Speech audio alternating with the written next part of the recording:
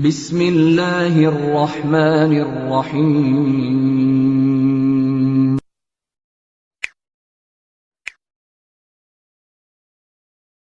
Ustaz, apa hukumnya acara ritual adat yang masih pakai sesajian?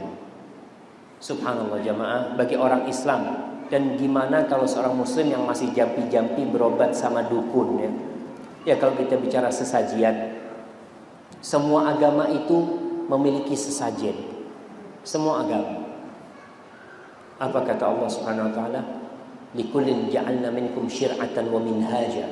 Semua ada aturannya, semua agama itu. Agama kita ada. Kita memberikan sesajian kepada Allah Subhanahu wa taala. Kapan? Kepada ketika Idul Adha. Kita tuh itu buat Allah. Tapi ingat, la yanallahu luhumuha wala dima'uha. Itu darahnya enggak akan sampai kepada Allah, dagingnya tidak akan sampai kepada Allah. Walakin yanaluhu taqwa minkum. Yang Allah terima itu ketakwaan kalian sebenarnya. Tapi Allah mau lihat, kau berikan enggak korban itu. Semua agama punya yang namanya kurban. Sesajen itu sebenarnya itu kan. Ada yang sesajennya ayam, ada yang sesajennya apa? Muslim, mukmin mengatakan asyhadu an la ilaha illallah. Dia mengatakan dalam salatnya, inna salati wa nusuki wa mahyaya wa mamati. Buat siapa? Lillahi rabbil alamin. Sesungguhnya salatku, sembelihanku ini sesajen yang dia berikan untuk Allah SWT. Hidup dan matiku untuk Allah. Maka para jemaah, kalau mau memberikan sesajen, berikan kepada Allah dengan berkorban. Sembelih buat Allah SWT. Makanya kalau yang dilakukan sesajen-sesajen yang diberikan kepada selain Allah, itu dilakukan untuk jin, untuk penunggu.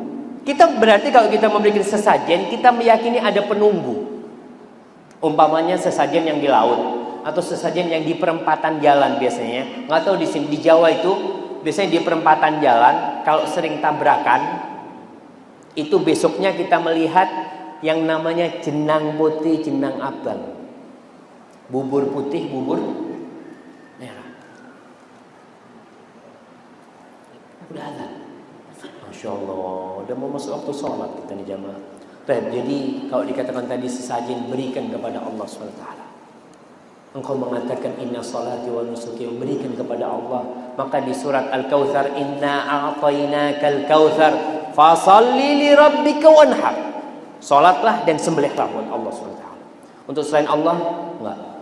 Kemudian berobat dengan dukun, dengan jampi-jampi. Di dalam Islam itu ada jampi-jampi. Bahasa Arabnya jampi-jampi itu apa? Ruqyah. Itu jampi-jampi artinya. Orang-orang kafir pakai jampi-jampi dahulu, orang-orang musyrikin. Kemudian diganti. Sejak datangnya Rasulullah SAW, Nabi mengatakan, i'rid alayya ruqakum, i'ridu alayya ruqakum. Mana jampi-jampi yang kalian biasa baca? Nabi mengatakan enggak apa-apa selama tidak ada kesyirikan di dalamnya. Tapi kalau sudah jampi-jampi bahasanya tidak dimengerti, maka jampi-jampi yang paling utama, ruqyah yang paling utama adalah Al-Quranul Karim dan sunnah Rasulullah SAW. Tinggalkan jampi-jampi yang terdahulu yang kita tidak tahu maknanya karena bisa mengandung kesyirikan. Dan kalau mau berobat, ya berobatlah.